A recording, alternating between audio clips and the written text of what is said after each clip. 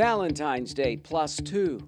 Over 100 area high school coaches show their love of the game by pouring into the Reaver Performance Athletic Center. Okay. Perfect. Thank you. Theirs is a fellowship of Christian athletes and more. The Omaha FCA is putting on a coaching clinic, and they came around. Nate Holtz, I'd known him from the coaching days, and so now he works for the FCA, and came over to the facility and showed him around and wanted to see if we could host it here, and excited. Every time you go to these, you just try to pick out and get a few things. You're trying to get a couple techniques, a couple schemes. And then you got like Tom Osborne speaking, so you're going to get some maybe core values or just some of their philosophies. Yeah, I hope you have lots of success. There's going to be a lot of X's and O's. Then there's also going to be a lot of culture stuff. Coaches are always trying to find more culture stuff to use. Coaching the kids off the football field is just as important as coaching the kids on the football field these days. You can go anywhere and learn X's and O's.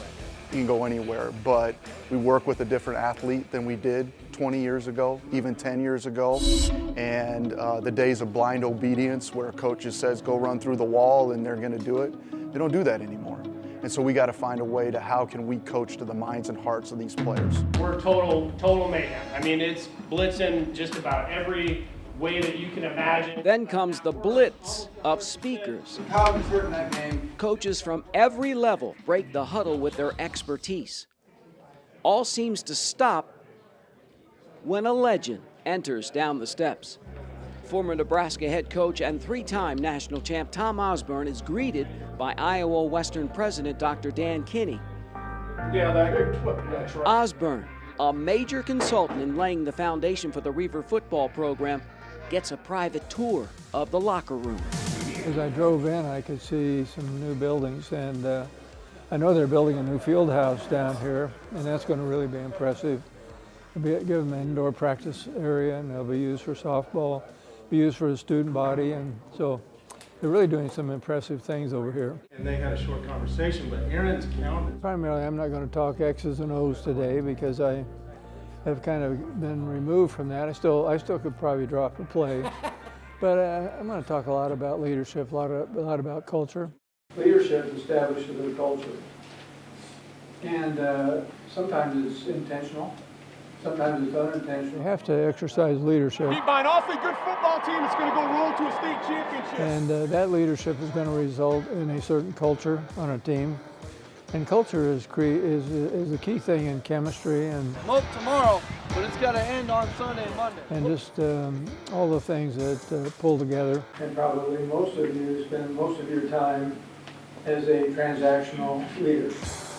You lift weights, you work a little harder, then maybe we'll promote you from the third team to the second, from the second team to the first team.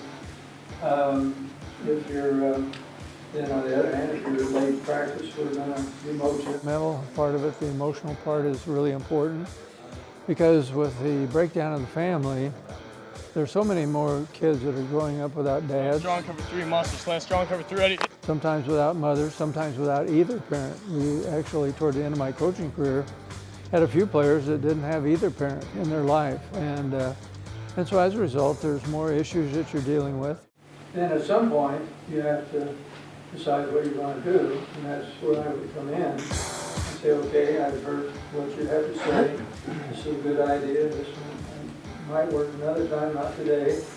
And this is what we're going to do. We stop ourselves. They can't stop us. I think also at one time the coach was seen as being right by the parents, and now so often the parents, if there's some type of conflict, they'll side with the young person. And so that puts a lot of pressure on coaches. Listen, And then, of course, social media and all those kind of things has made it harder. You know, you knew it and you heard about it, but just listening today, some things really hit home about how he cared for his players and what he actually did and how he did it the right way. It's truly unbelievable. I'm very humbled by just listening to it. Nobody wants to finish it, but that was a hell of an effort. The high school coaches are so they're becoming such great coaches that these kids are more prepared when they come in, and it's because of events like this. They're out willing to learn, willing to change, get new ideas. Getting some autographs, a priority for some of the fans on hand.